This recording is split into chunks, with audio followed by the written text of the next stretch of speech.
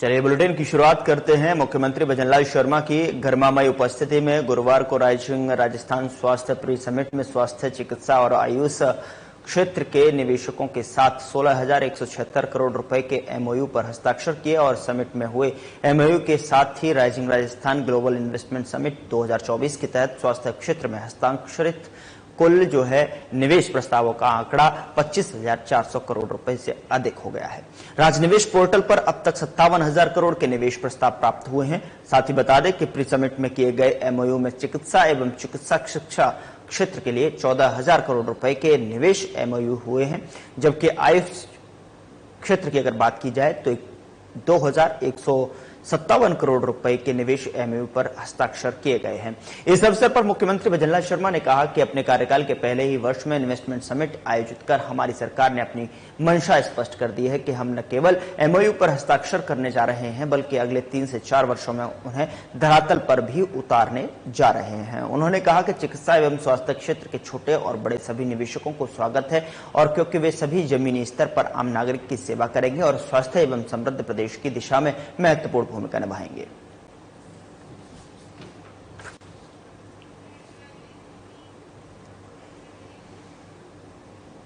उधर राजस्थान विधानसभा अध्यक्ष वासुदेव देवनानी गुरुवार को सिंगापुर पहुंचे। सिंगापुर में देवनानी का प्रवासी भारतीयों ने गर्मजोशी से स्वागत किया और सम्मान किया। साथ ही आपको बता दें कि विधानसभा अध्यक्ष देवनानी ने सिंगापुर में प्रवासी भारतीयों को संबोधित करते हुए कहा कि संस्कारवान व्यक्ति ही इंसान होता है। ऐसे व्यक्ति में करुणा, दया, प्रेम, इंसानियत, ईमानदारी और निष्ठा होती है। उन्होंने कहा कि केवल जीवन को जीना ही जिंदगी नहीं होना चाहिए, सफल जिंदगी वही है जिसमें अपने कर्तव्यों को पूरी ईमानदारी से निभाते हैं। देवनानी ने कहा कि भावी पीढ़ी को संस्कार सिखाएं, भावी पीढ़ियों को संस्कार देने की जिम्मेदारी वर्तमान पीढ़ी की है। भारतीय सनातन संस्कृति में परिवार व्यवस्था है।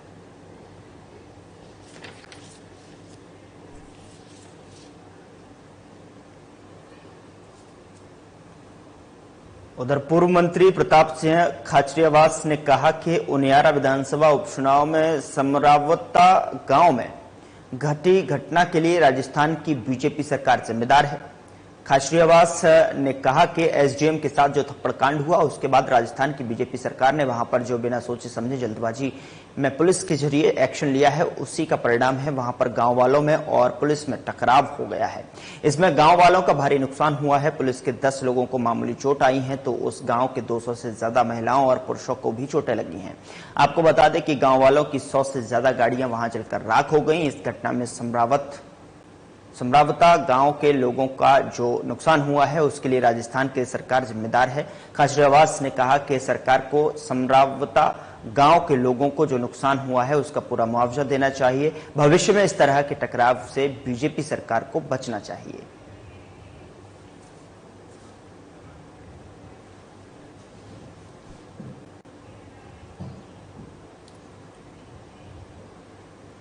उधर राजस्थान सरकार में कैबिनेट मंत्री कर्नल राज्यवर्धन राठौड़ ने गुरुवार को माननीय राज्य मंत्री के बिश्नोई जी से आगामी rising Rajasthan global investment summit 2024 के संबंध में सकारात्मक विचार विमर्श किया और राज्य के समग्र विकास के लिए रणनीतियों पर चर्चा की गई। उन्होंने कहा कि यह आयोजन भविष्य के लिए विकसित राजस्थान की नींव रखेगा। राजस्थान में निवेश को लेकर अच्छे परिणाम मिलेंगे। साथ ही आपको बता दें कि राजस्थान रणनीतिक रूप से एक आदर्श गंतव्य है। हमारे पास मजबूत बुनियादी ढांचा और प्रचुर मात्रा में संसाधन हैं। आदरणीय प्रधानमंत्री नरेंद्र मोदी के कुशल नेतृत्व में भारत को वैश्विक कंपनियों के लिए एक सप्लाई चेन डेस्टिनेशन के रूप में देखा जा रहा है और अपनी सक्रिय विकासोन्मुखी नीतियों के कारण राजस्थान भारत में एक कंपनियों का विश्वसनीय भागीदार बनने के लिए तैयार है। उन्होंने कहा कि निवेश को समृद्ध और सुरक्षित बनाने के लिए राजस्थान सरकार हर कदम पर निवेशकों और उद्यमियों के साथ है।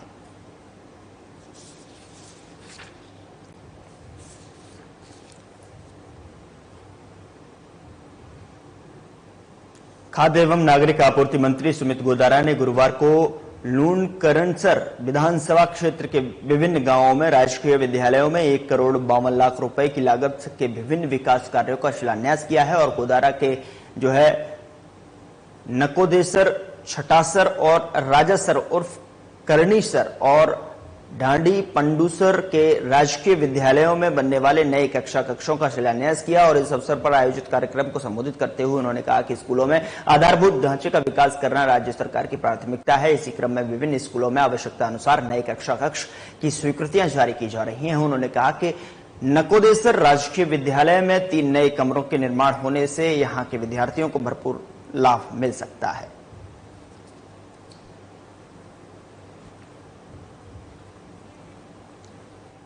₹1,52,00,000 की लागत से क्लासरूम बनाने का ये जो है पहल, और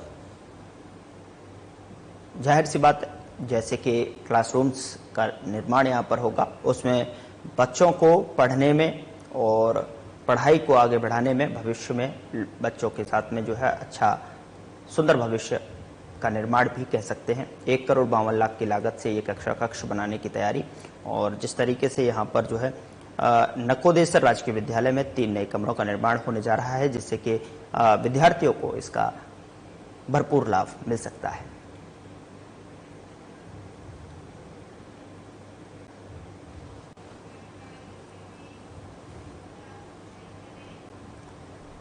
उधर बीजेपी एसटी मोर्चा की ओर से बिरसा मुंडा की 150वीं जयंती पर शुक्रवार को बस्ती के तिलक पीजी कॉलेज में प्रदेश स्तरीय कार्यक्रम का आयोजन किया गया। भगवान बिरसा मुंडा की जयंती पर आयोजित जनजातीय गौरव दिवस कार्यक्रम में बीजेपी प्रदेश प्रभारी डॉक्टर राधा मोहन दास अग्रवाल और प्रदेश अध्यक्ष मदन राठौड़ शिरकत किया। इस दौरान प्रदेश उपाध्यक्ष मोतीलाल मीणा सहित बीजेपी पदाधिकारी और कार्यकर्ता मौजूद रहे। आपको बता दें कि बीजेपी एसटी मोर्चा प्रदेश अध्यक्ष नारायण मीणा ने बताया कि बस्ती तिलक कॉलेज में आयोजित कार्यक्रम में समाज के गणमान्य व्यक्तियों के साथ एसटी मोर्चा के पदाधिकारी भी जो है यहां पर उपस्थित रहे। बीजेपी एसटी मोर्चा प्रदेश अध्यक्ष नारायण मीणा ने बताया कि बस्ती तिलक कॉलेज में आयोजित कार्यक्रम में समाज के गणमान्य व्यक्तियों के साथ एसटी मोर्चा के पदाधिकारी भी इसमें उपस्थित रहे।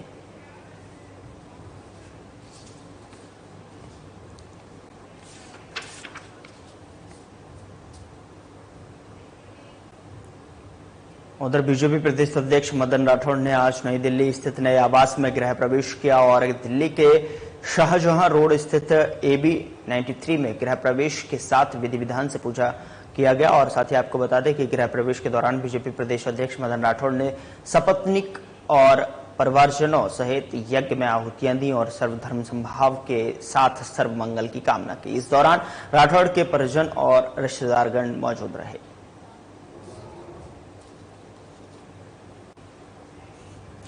सर्वधर्म संभाग साथ में जो है उन्होंने विधिवत पूजा अर्चना की, हवन यज्ञ किया गया। नए गृह प्रवेश के दौरान जो है सपत्नी को उन्होंने जो है इसमें आहुतियां डाली और कामना की।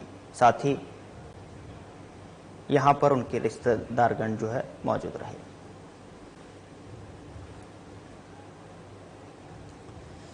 भगवान बिरसा मुंडा की जयंती महोत्सव है, ऐसे में जो है उन्होंने AB 93 में गृह प्रवेश के साथ विधि विधान से पूजा अर्चना की है।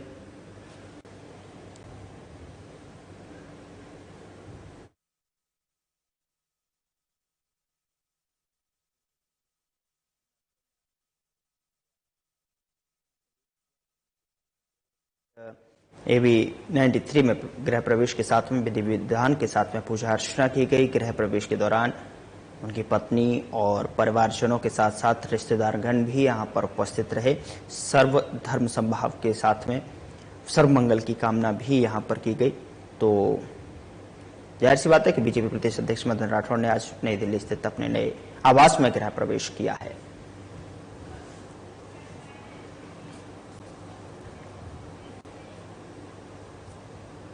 उधर बीजेपी प्रदेश प्रभारी डॉक्टर राधा मोहन दास अग्रवाल ने कहा कि बीजेपी 6 नहीं 7 सीटों पर प्रचंड बहुमत के साथ में जीत दर्ज कर रही है।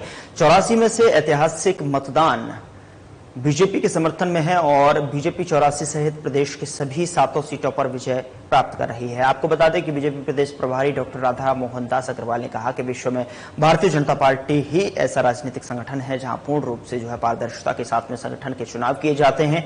इसमें चुनाव आयोग की गाइडलाइन के अनुसार बूथ, मंडल, जिला, प्रदेश से होकर जो है राष्ट्रीय अध्यक्ष तक चुनाव पद्धति के माध्यम से निर्वाचित किए जाते हैं। यह बीजेपी में है और साथ ही बीजेपी का सदस्यता अभियान 15 नवंबर तक चलेगा। इसके बाद जो है सक्रिय सदस्यता सूची जारी कर दी जाएगी। आपको बता दें कि बीजेपी के हर बूथ पर सक्रिय सदस्य लक्ष्य अनुरूप बनाए गए हैं।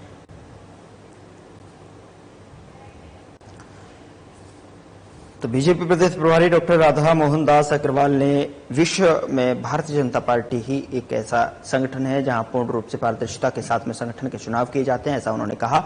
और जहां पूर्ण रूप से जो है पारदर्शिता के साथ में संगठन के चुनाव किए जाते हैं और साथ ही साथ संगठन के जो है पारदर्शिता के साथ में गाइडलाइन के अनुसार बूथ, मंडल, जिला, प्रदेश अध्यक्ष से होकर राष्ट्रीय अध्यक्ष तक का चुनाव पद्धति के माध्यम से ही निर्वाचित किए जाते हैं, ये बताया उन्होंने। और यह बीजेपी में ही संभव है। साथ ही बीजेपी का सदस्यता अभियान 15 नवंबर तक चलेगा। इसके बाद सक्रिय सदस्यता सूची जारी कर दी जाएगी। बीजेपी के हर बूथ पर सक्रिय सदस्य लक्ष्य अनुरूप बनाए गए हैं।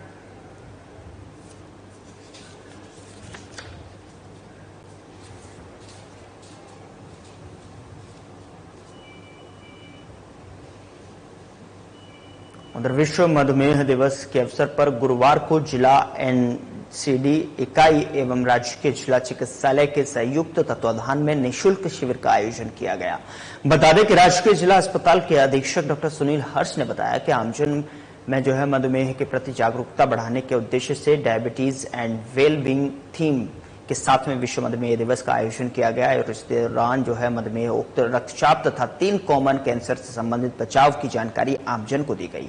बता दें कि स्वास्थ्य जीवन शैली के लिए स्क्रीनिंग कैंप का भी आयोजन किया गया। शिविर में जिला चिकित्सालय के एनसीडी प्रभारी डॉक्टर संजय खत्री एवं विषय विशेषज्ञ चिकित्सकों की टीम द्वारा रोगियों की जांच की और गैर संचारी रोगों की जानकारी एवं आवश्यक उपचार उपलब्ध करवाए गए। शिविर के दौरान हाइपरटेंशन, डायबिटीज संबंधित स्क्रीनिंग कर बचाव एवं उपचार के बारे में बताया गया।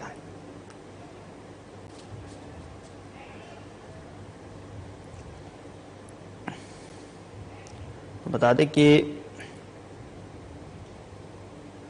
शिविर में जिला चिकित्सालय के एनसीडी प्रभारी डॉक्टर संजय खत्री ने एवं विषय विशेषज्ञ चिकित्सकों की टीम द्वारा रोगियों की जांच की, गैर संचारी रोगों की जानकारी एवं आवश्यक उपचार उपलब्ध करवाए गए। तो वहीं आपको बता दें कि विश्व मधुमेह दिवस के अवसर पर गुरुवार को जिला एनसीडी इकाई एवं राजकीय जिला चिकित्सालय के संयुक्त तत्वाधान में निःशुल्क शिविर का आयोजन देखने को मिला। राजकीय जिला अस्पताल के अधीक्षक डॉक्टर सुनील हर्ष ने बताया कि आमजन में मधुमेह के प्रति जागरूकता बढ़ाने के उद्देश्य से डायबिटीज एंड वेलबींग थीम के साथ विश्व मधुमेह दिवस का आयोजन किया गया है।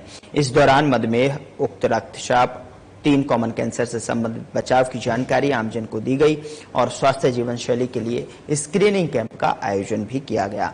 बता दें कि शिविर में जिला चिकित्सालय के एनसीडी प्रभारी डॉक्टर संजय खत्री एवं विषय विशेषज्ञ चिकित्सकों की टीम द्वारा रोगियों की जांच की, गैर संचारी रोगों की जानकारी एवं आवश्यक उपचार उपलब्ध करवाए गए। शिविर के दौरान हाइपरटेंशन, डायबिटीज संबंधित स्क्रीनिंग कर बचाव एवं उपचार के बारे में बताया गया।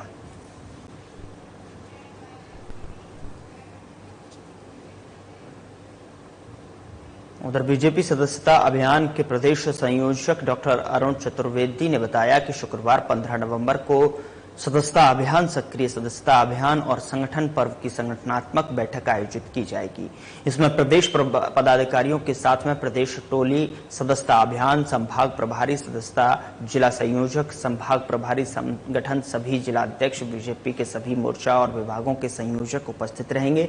बीजेपी सदस्यता अभियान के प्रदेश संयोजक डॉक्टर अरुण चतुर्वेदी ने बताया कि 2 सत्रों में आयोजित बैठक में संगठन पर्व की कार्य योजना पर चर्चा की जाएगी और सदस्यता अभियान एवं सक्रिय सदस्यता अभियान को लेकर समीक्षा की जाएगी।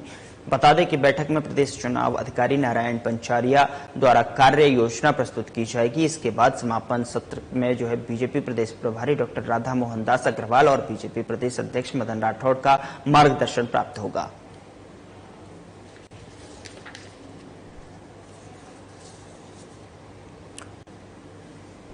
बीजेपी सदस्यता अभियान के प्रदेश संयोजक डॉक्टर अरुण चतुर्वेदी ने बताया कि 2 सत्रों में आयोजित बैठक में संगठन पर्व की कार्य योजना पर चर्चा की जाएगी।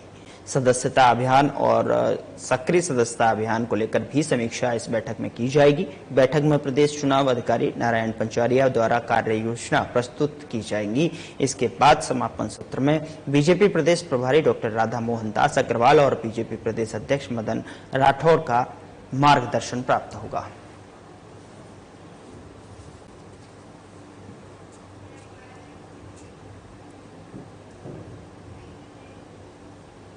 उधर मां की इच्छा पूरी की बेटे ने। जी हां, हम बात कर रहे हैं समाजसेवी विजय साहू की, जिनके पुत्र क्षितिज साहू का विवाह डॉक्टर प्रयासी साहू से संपन्न हुआ, जिसमें उनकी मां नंदू देवी साहू की इच्छा थी कि मेरे पोते की बहू हेलीकॉप्टर से आए। उस इच्छा को पूरी करते हुए दूल्हा दुल्हन को हेलीकॉप्टर से लेकर बिलवा मैरिज गार्डन में उतरा।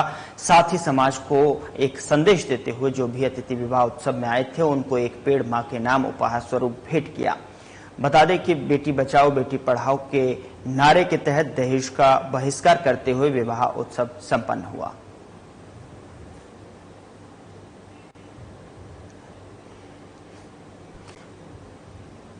समाज सेवी विजय साहू की शादी, जिसके जो है क्षितिज साहू का विवाह जो है डॉक्टर प्रयासी साहू से संपन्न हुआ है, और जिसमें कि उनकी मां नंदू देवी साहू की इच्छा थी कि मेरे पोते की बहू हेलीकॉप्टर से आए।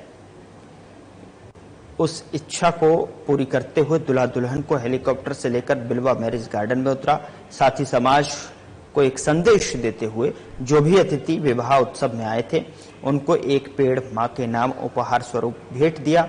बेटी बचाओ बेटी पढ़ाओ के नारे के तहत दहेज का बहिष्कार करते हुए विवाह उत्सव संपन्न हुआ।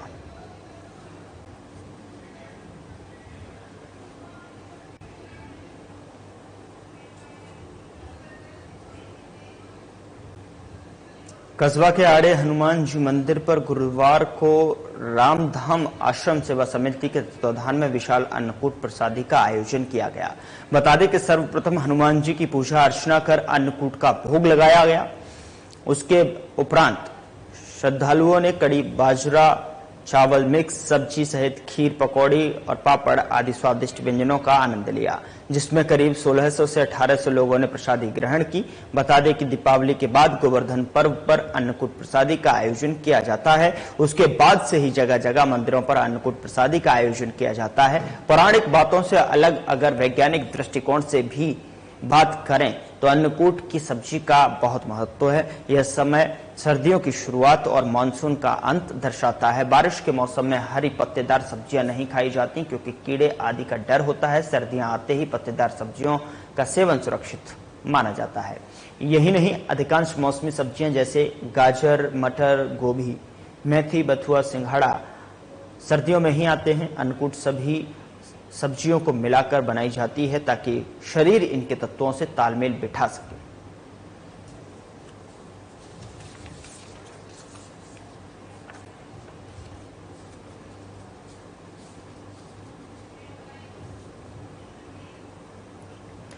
जयपुर विकास प्राधिकरण द्वारा ग्राम दौलतपुरा में थाने के पास तलाई की सरकारी भूमि को कब्जा अतिक्रमण मुक्त करवाया गया। दिल्ली रोड मानपुरा माचेड़ी के पास सरकारी भूमि कब्जा अतिक्रमण मुक्त एवं दिल्ली रोड ग्राम शाहरी में जो है गैर मुमकिन आम रास्ते को कब्जा अतिक्रमण मुक्त करवाया गया। आपको बता दें कि उप महानिरीक्षक पुलिस कैलाश चंद्र बिश्नोई ने बताया कि जोन 13 के क्षेत्राधिकार में अवस्थित ग्राम दौलतपुरा में थाने के पास तलाई के खसरा नंबर 1100 में स्थानीय काश्तकारों द्वारा कब्जा अतिक्रमण कर करीब 100 मीटर तक ग्रेवल सड़क का अवैध निर्माण किए जाने की सूचना प्राप्त होने पर आज जोन 13 के राजस्व और तकनीकी स्टाफ की निशानदेही पर प्रवर्तन दस्ते का द्वारा जो है जेसीबी मशीन और मजदूरों की सहायता से ध्वस्त किया जाकर तलाई की सरकारी भूमि को अतिक्रमण मुक्त करवाया गया।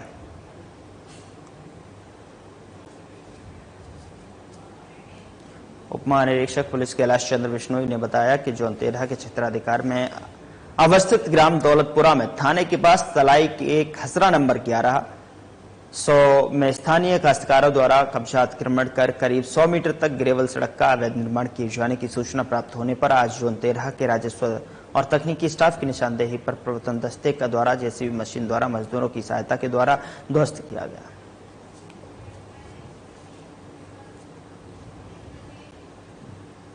उधर राजस्थान राज्य विधिक सेवा प्राधिकरण जयपुर के निर्देशन में जिला विधिक सेवा प्राधिकरण जयपुर महानगर प्रथम द्वितीय एवं जिला द्वारा 14 नवंबर को बाल दिवस के अवसर पर जागरूकता प्रभात फेरी और एडीआर भवन में जागरूकता कार्यक्रम एवं पोस्टर विमोचन कार्यक्रम का आयोजन किया गया। कार्यक्रम की शुरुआत स्काउट एंड गाइड के विद्यार्थियों द्वारा बाल दिवस के अवसर पर बाल विवाह रोकथाम और बाल अधिकारिता थीम पर एडीआर भवन से होते हुए कलेक्ट्रेट सर्किल से पुनः एडीआर भवन तक प्रभात फेरी का आयोजन कर बाल विवाह रोकथाम का संदेश दिया गया और इसी क्रम में सीसीपी के समन्वय से एडीआर भवन में विद्यार्थियों के मध्य जागरूकता कार्यक्रम का आयोजन किया गया।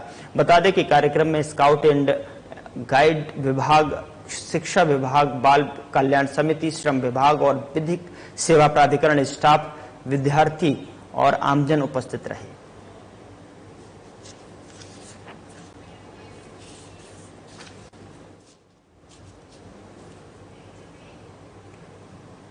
उधर अनूपगढ़ में भारतीय प्रशासनिक सेवा के अधिकारी एवं जिला प्रभारी सचिव ओपी बुनकर ने गुरुवार को जिला कलेक्ट्रेट सभागार कक्ष में विभागीय फ्लैगशिप योजनाएं और बजट घोषणाओं के क्रियान्वयन के संबंध में समीक्षा बैठक ली और बैठक में जिला प्रभारी सचिव द्वारा विभागवार समीक्षा की गई। आपको बता दें कि बैठक के दौरान उन्होंने जिले में डिग्गी निर्माण के आवंटित 742 लक्ष्यों के विरुद्ध 268 की स्वीकृतियां जारी कर दी गई हैं, जिसमें प्रभारी सचिव द्वारा शेष बचे लक्ष्यों में प्रगति लाने के निर्देश दिए गए हैं। कृषि यंत्रों और ड्रोन इत्यादि को किराए पर लेने के बारे में व्यापक प्रचार प्रसार करने हेतु निर्देशित किया गया है। उन्होंने कहा कि 5000 से अधिक आबादी वाले गांवों की आर्थिक स्थिति को ध्यान में रखते हुए आदर्श सौर ग्राम का चयन करना सुनिश्चित करें। उन्होंने उद्यान विभाग की योजनाओं यथा स्प्रिंकल और डिग्गी और पॉलीशेड का व्यापक प्रचार प्रसार कर काश्तकारों को प्रेरित करने के सहित जो है महत्वपूर्ण निर्देश दिए।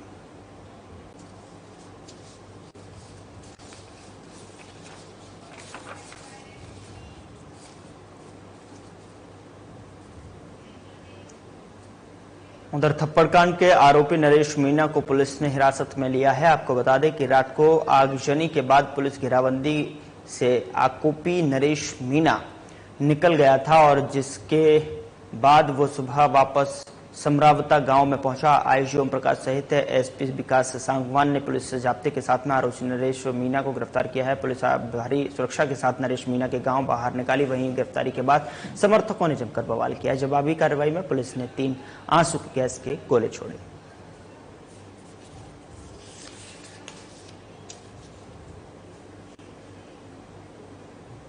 प्रधानमंत्री भारत रत्न पंडित जवाहरलाल नेहरू की जयंती पर कांग्रेस कार्यालय में कार्यकर्ताओं द्वारा जो है श्रद्धांजलि दी गई। आपको बता दें कि इस अवसर पर विधायक अर्जुन सिंह बामनिया, जिलाध्यक्ष रमेश चंद्र पांड्या, कार्यकारी जिला अध्यक्ष अब्दुल गफ्फार, भारत दोषी सहित बड़ी संख्या में कांग्रेस पदाधिकारी कार्यकर्ता उपस्थित रहे।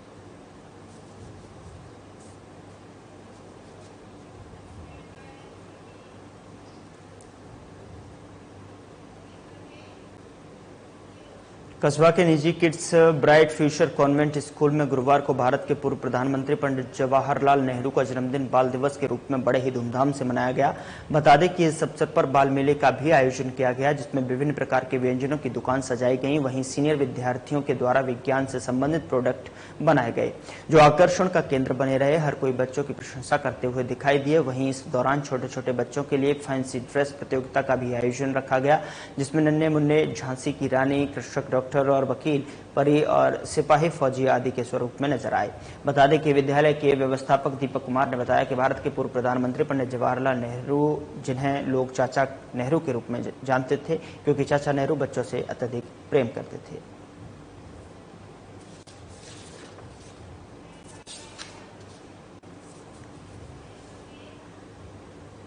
फिलहाल बुलेटिन में इतना ही। नमस्कार।